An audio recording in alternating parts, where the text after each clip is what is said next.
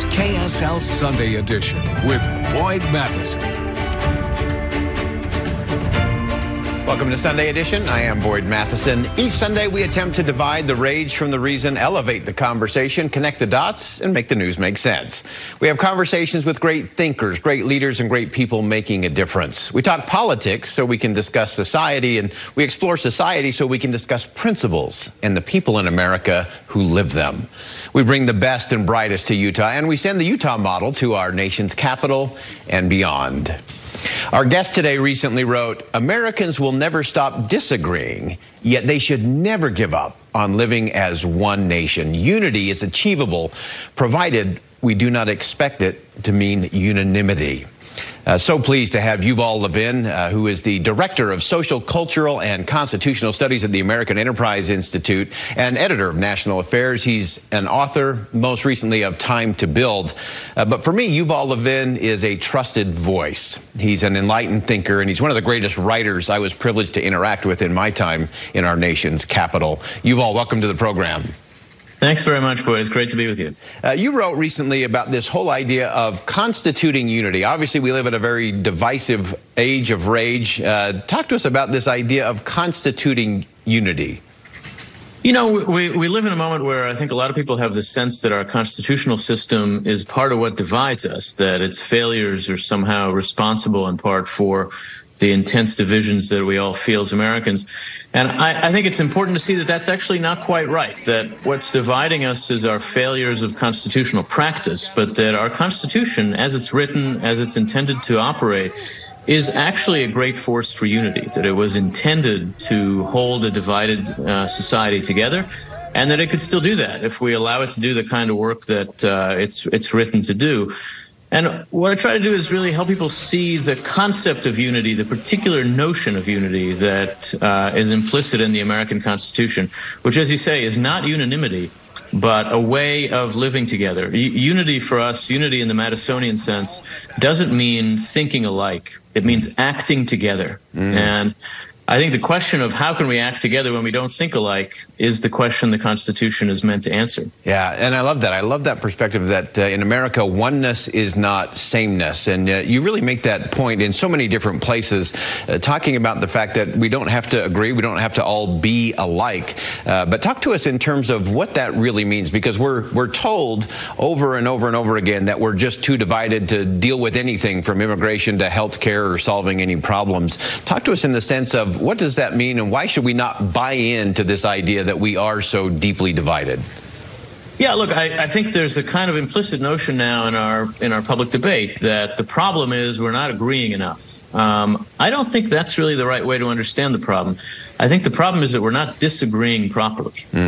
What we've forgotten how to do is not agree, but disagree.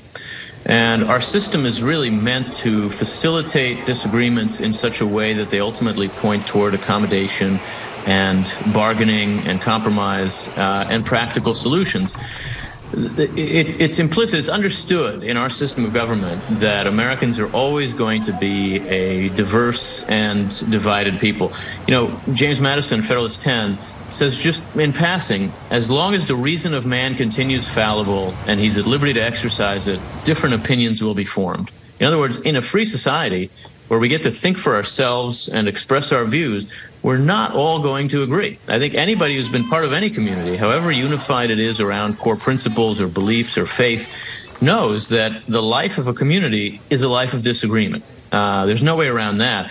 The question is, how can we turn that disagreement into a way of life that allows us to resolve problems, that allows us to be one while also still continuing to be distinct? America is always going to consist of a lot of different communities, a lot of different people with different ideas about how to live, but we're also one nation with one common history, with one common vision of the future.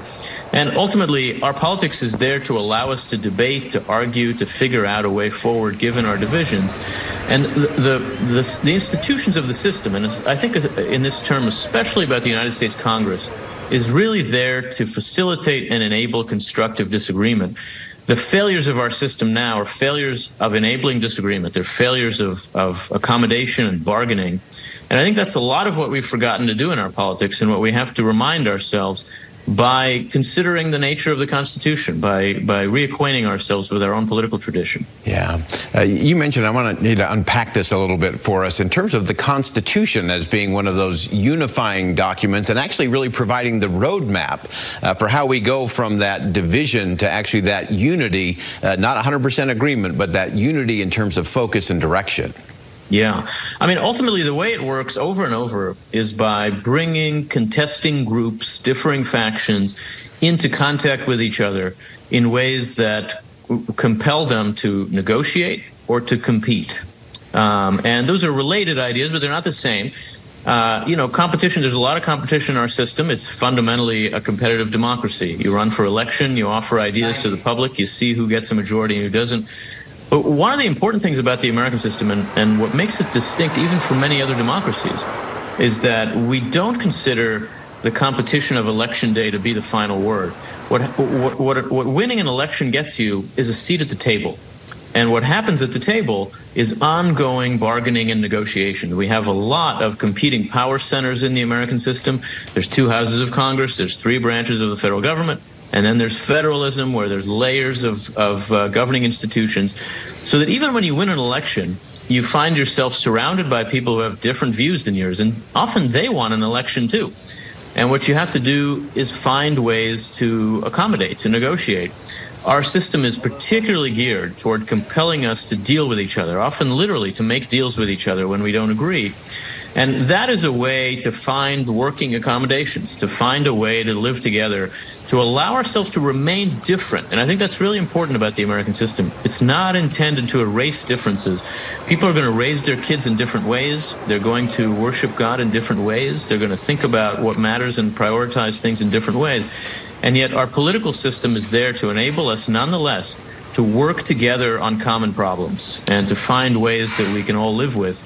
It's, in a sense, a system rooted in a kind of pessimistic view of human nature, a sense that what we're able to do is find ways to accommodate, is find ways to arrive at acceptable, broadly acceptable solutions. But what that allows us to do is to be free, to remain free, to live as we choose, to live as we believe we should, while still addressing common problems in a common way. I think that's really the beauty of the American system.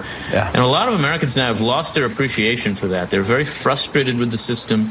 They want, when they win an election, they want all the power. They want narrow majorities to be empowered.